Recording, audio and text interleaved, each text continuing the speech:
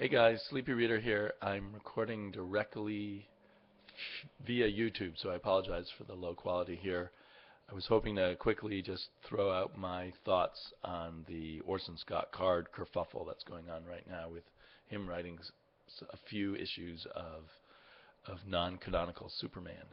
Um, I suspect that he's being kind of become the whipping boy of certain pro-gay groups, and I say this as someone who is pro-gay marriage myself. I do have plenty of relatives who are not, particularly the older ones, and I don't think of them as evil people for their point of view. Um, and I personally think that the gay marriage will, as the older generation moves out, gay marriage will become the norm.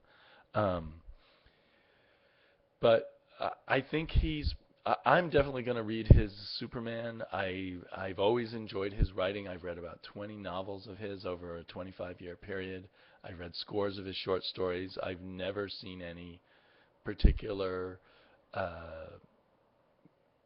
these kinds of issues about gay marriage or gay people or sexuality playing a major role or any role in his fiction.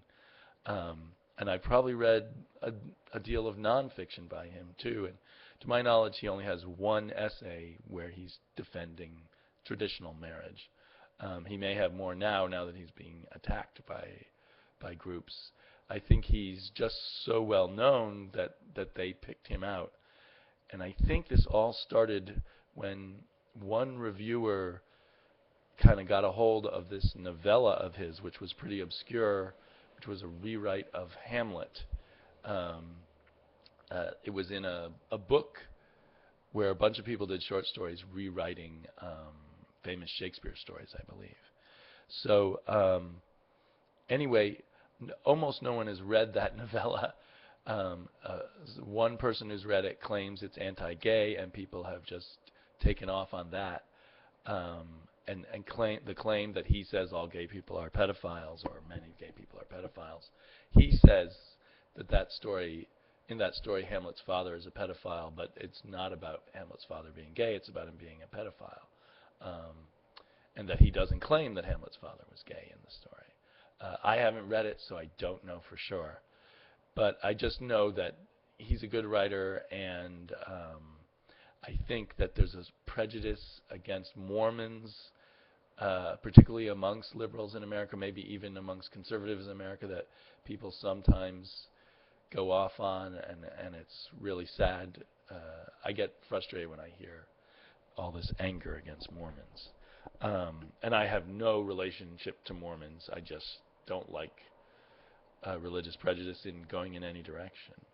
And I want to point out this book that he edited in probably the early 90s, highlighting the best writers of the 80s. Most of the writers in here were liberals.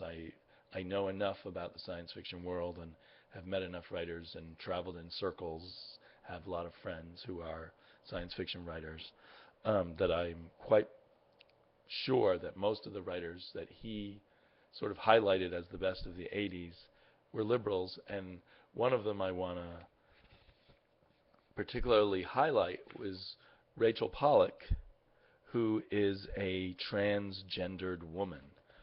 She's also written, I think she wrote a run of the Doom Patrol, but she's a quite respected science fiction writer. Not a commercially successful one, but he picked her along with a number of other people who had been identified as liberals to highlight in this book. He was not saying, oh, I'm only going to publish people who have my political points of view.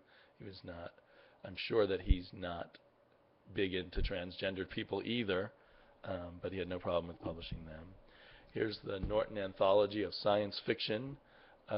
In the U.S., this is kind of the school standard of the canon of different kinds of fiction. They have the Norton Anthology of Poetry, the Norton Anthology of Modern Short Stories, etc. One of the editors of this is Ursula Le Guin, a well-known liberal. She included a Orson Scott Card story in here. I'm sure she doesn't love many of his political views, but she knows he's a good writer and an important writer, and she includes him in this very sort of official, canonical anthology.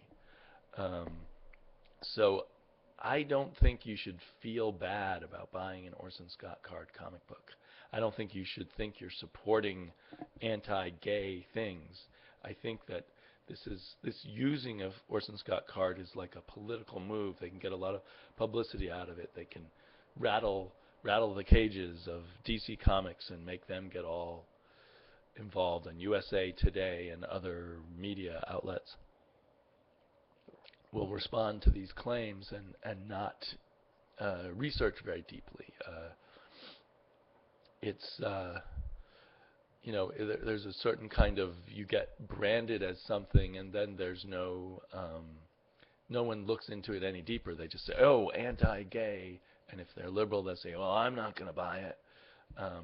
But I don't think you're supporting anti-gay things by reading an Orson Scott Card novel or comic book or short story.